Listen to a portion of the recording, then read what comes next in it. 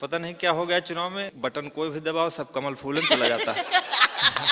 हम तो कमले पे दबाते, हम बेवकूफ तो है नहीं, हम पहले से ही कमल पे। आपकी 5 करोड़ की गाड़ी है, नहीं खरीद सकते तो लात तो मार ही सकते हैं। हम गधे थे, गधे के गधे। कोरोना काल में हम कवियों की स्थिति ये हुई है कि पत्नी कई बार ऐसे बोल देती है कि बैठे हो कुछ किया करो, कुछ क्या करो मतलब झाड़ू लगाओ, बर्तन कर दो, कुछ तो करो।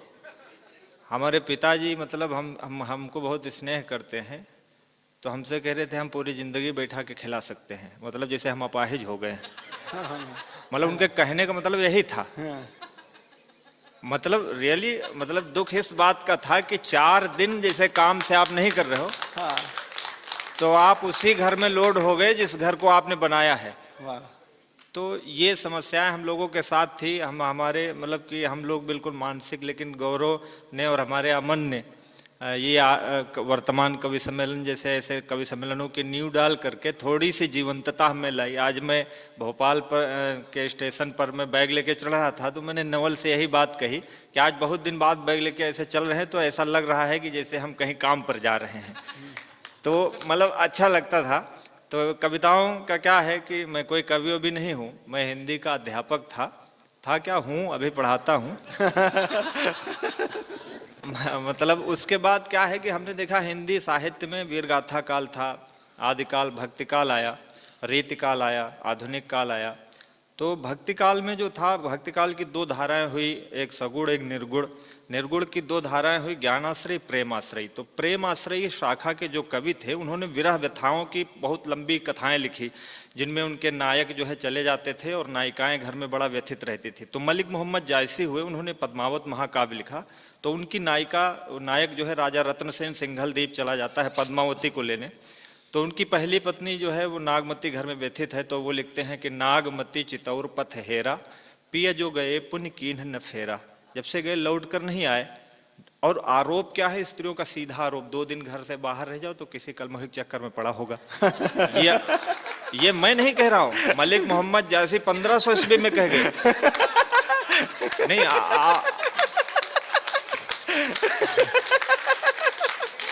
नहीं मैं नहीं कह रहा हूं, उनकी चौपाई है कि नागर काहू नार बस परा, सोई मोर पिय मोसोहरा। वो किसी चतुर स्त्री के चक्कर में पड़ा है और उसी ने। तो ये इंदौर शहर मेरे लिए बड़ा महत्वपूर्ण इसलिए भी है कि हमारे मोहल्ले के कम से कम 50 घर यहाँ हैं आज वर्तमान में, यहाँ इंदौर में। तो जब हम छोटे थे तो पता चले कि काका कहाँ जा रहे हैं, काका इंदौर जा रहे हैं।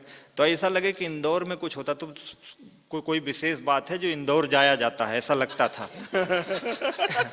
तो मतलब बचपन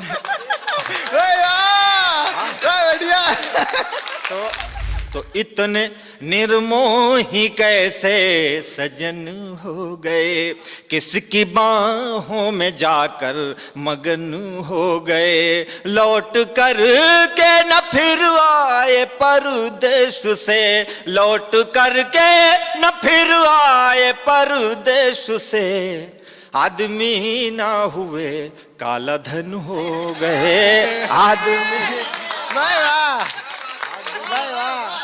आज आप समझते बहुत अच्छा है। पति कहता है चिट्ठी में कि जब आऊंगा तुम्हारे लिए झुमके लाऊंगा, कंगन लाऊंगा, चूड़ियां लाऊंगा। पत्नी कहती मुझे ये नहीं चाहिए कि चैन मिलता नहीं है, न दिन रैन में चैन मिलता नहीं है, न दिन रैन में तुम हो उलझे कहाँ लेन में दे। क्या बात है, वाह। कि मेरे जीवन की उखड़ी पड़ी पटरियां, मेरे जीवन की उखड़ी हुई पटरियां, आग लग जाए तुम्हारी बुलेट ट्रेन में, आग लग जाए तुम्हारी बुलेट ट्रेन में। आप बहुत अच्छा समझते हैं, हम वो नहीं कह रहे हैं जो आप समझ रहे हैं। हम तो चिट्ठी वाली बात कह रहे हैं, लेकिन आप समझदार ज्यादा हैं तो समझ कुछ और रहे हैं। तो लेकिन आप जो समझ रहे हो हम कह वही रहे, लेकिन उस तरह कह नहीं रहे कि आप समझ जाओ। कहती कि चले आओ वरना कोई न कोई वैकल्पिक व्यवस्था कर लेंगे। जो पत्नी वाली व्यवस्था ये भी है, तो वो कहते कि वापस चले आओ, क्योंकि समय जो है वो बीत जाएगा तो फिर कोई मतलब नहीं जीवन का, कि रुत चली जाएगी फिर से आनी नहीं, रुत चली जाएगी फिर से आनी नहीं, यह जवानी रहेगी जवानी नहीं। सब्र की एक सीमा भी होती पिया, धैर्य की एक सीमा भी होती पिया, हर किसी का तो दिल आडवानी नहीं। हर वाह वाह वाह वाह वाह वाह वाह वाह, क्या बात है दादा, वाह वाह वाह वाह वाह, अद्भुत अद्भुत अद्भुत अद्भुत, वाह। हर किसी का तो दिल आडवाणी नहीं, वाह। हर किसी सही नब्ज का पकड़ी दादा तो ने, दिल वाह। आडवानी नहीं। यहाँ भी चुनाव होता है, पता नहीं क्या हो गया चुनाव में कि मतलब कि बटन कोई भी दबाओ सब कमल फूलन चला जाता है। क्या बात है, वाह। मतलब पता नहीं क्या हो गया मतलब कि जहाँ आजा, हम तो कमले पे दबाते, हम बेवकूफ तो है नहीं, हम पहले से ही कमल पे। क्या बात है भैया, अरे तालियां बजाओ यार, एक बार तालियां बजाओ दादा के सम्मान में। लेकिन वाह वाह दादा वाह, लेकिन गजब दादा गजब। बाकी लोग पता नहीं जहाँ दबाते सब जाता वहीं। तो जो जो मतलब कि हमारे यहाँ नेता हैं तो मतलब 5 साल जैसे चुनाव होता है तो जब तक चुनाव चलता है तब तक सिफारिश शीशा बंद नहीं होता, और जैसे चुनाव खत्म हुआ फिर खुलता नहीं। तो ये जो समस्या है उससे हमने 4 पंक्तियां लिखी। हमारे यहाँ गाड़ियों पे लिखा होता है लक्ष्य 2014, लक्ष्य 2019, लक्ष्य 2000। तो लक्ष्य शब्द का इस्तेमाल कभी पवित्र काम में नहीं होता है। लक्ष्य का मतलब है खून चूसना है। लक्ष्य मतलब लक्ष्य शब्द पर आप बहुत गौर करो तो लक्ष्य शब्द ही वो मतलब थोड़ा सा अखरने वाला है। तो जैसे कोई नेता लिख के आवे लक्ष्य, तो कहेगा तुम्हारा लक्ष्य कुछ तो है, कुछ तो अंदर है पका हुआ। तो वो हमने 4 पंक्तियां लिखी स्वागत। कि लक्ष्य हम पर सधे थे सधे रह गए, लक्ष्य हम पर सधे थे सधे रह गए, हाथ पहले बंधे थे बंधे रह गए, एक आई लहर तुम हुए मंत्री, एक आई लहर तुम हुए मंत्री, हम गधे थे गधे के गधे। वाह वाह वाह वाह वाह, अरे एक बार जोरदार तालियां, क्या बात है। तो हम जब इंटरमीडिएट में पढ़ते थे तो जिधर से सौंदर्य गुजरता था उधर हम साइकिल की चैन चढ़ाते थे बैठ कर। मतलब हम बचपन से ही विलक्षण प्रतिभा के धनी थे। अच्छा, उसके पीछे भी हमारा धार्मिक मतलब उद्देश्य था। आप हंस रहे हो, मतलब कोई ये मतलब धार्मिक उद्देश्य ये था कि जैसे ये सुंदर सा सभागार बना है, विनीत भाई ने बताया कि ये बना यहाँ छाता लेके, अब इसको देख के लगता है कि नहीं बहुत विराट हो गया है। तो बनाने वाले की और जिसने बनवाया उसका सम्मान हुआ। तो ईश्वर ने सबको बनाया था तो ईश्वर का कला का सम्मान करने बैठते थे हम उधर। तो इसमें क्या गलत करते थे? तो ईश्वर की कला का सम्मान करते थे। पर हमारे यहाँ जब से एंटी रोमियो लागू हो गया तब से अगर सम्मान कर दो तो सांस्कृतिक कार्यक्रम संपन्न हो जाए। तालियां बजाते रहो जगह जहां जहां समझ में आ जाए। तो आज ये भी पता लगे गजेंद्र क्या करते हैं। नहीं, हमारा तो खुली किताब है, तुम अपना बताओ। अपना बताओ क्या करते हैं, हम तो जो करते सब बता रहे नहीं, वो हालत बता रही होगी कि स्वागत स्वागत। हालत पे ना जाओ, हम जानते तुम हमारे सौंदर्य से जलते हो।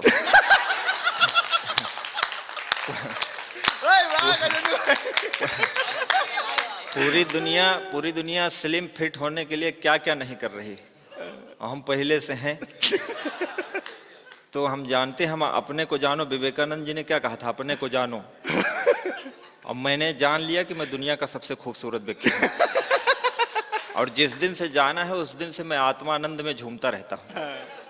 मतलब क्या है, हम किसी को देखते ही नहीं। सौंदर्य आपका कितना भी विराट हो, व्यक्तित्व हो, हमसे क्या मतलब भाई। आप करोड़, आपके पास एक लग्जरी गाड़ी है 5 करोड़ की, हमसे कोई मतलब ही नहीं।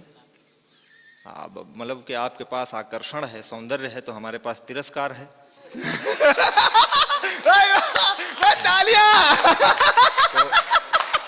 तो क्या है, तमाम मतलब स्त्रियों को ये मतलब कि हमारी बहन जी बैठी हैं, हमको माफ कर देना, लेकिन स्त्रियों को इस बात का भ्रम है कि जो है पुरुष हमारी तरफ झांका करते हैं। और जबकि हम कभी नहीं झांकते। अब मतलब जैसे सौंदर्य है तो किस लिए है? सौंदर्य तो दर्शन के लिए है। अगर वो दर्शन ना हो तो सौंदर्य का मतलब क्या है? तो लेकिन नहीं है। लेकिन हम जो है जब से ये आत्मज्ञान हुआ है हमको कि मतलब कि हम खुद ही जान गए कि हम बहुत सुंदर हैं, उस दिन से हमने सौंदर्य देखना बंद कर दिया। तो क्या है कि अब आकर्षण आपके पास है तो हम भी, तिरस्कार हमारे पास है। आपकी 5 करोड़ की गाड़ी है, हम नहीं खरीद सकते तो लात तो मार ही सकते हैं। हम क्या कर लेंगे? उन्होंने कहा कि डगर डगर कदम कदम पे रूप ने छला मुझे, मैं आदमी भला था तुमने समझा मन चला मुझे, ये माना रूप तेरा सारे मुल्क का शबाब है, तो दिल मेरा भी कम नहीं है लखनवी नवाब है। वाह। तुम्हारे पास रूप है तो दृष्टि मेरे पास है। हमारी निगाहें खत्म हो जाएं तो जाओ सौंदर्य प्रसाधन की दुकानों पे ताला लगेगा। हाँ। तुम्हारे पास रूप है तो दृष्टि मेरे पास है, नदी तुम्हारा मोल बस मेरे अधर की प्यास है। वाह। कल से ये प्यास बुझ गई तो नदी में चाहे बिस्लेरी बहे चाहे किनले, हमसे क्या मतलब है ना? तालियां बजाते जाओ समझदार। ताली बजाते रहो। गजेंद्र भाई लग जा। खुश रहो। गौरव को अपना चेला बना के ले जा रहे हैं उत्तर प्रदेश। तुम्हारे पास रूप है तो दृष्टि मेरे पास है, नदी तुम्हारा मोल बस मेरे अधर की प्यास है। बस एक इतना भेद है, युगों युगों से खेद है, इधर कटीली देह है उधर बदन गुलाब है।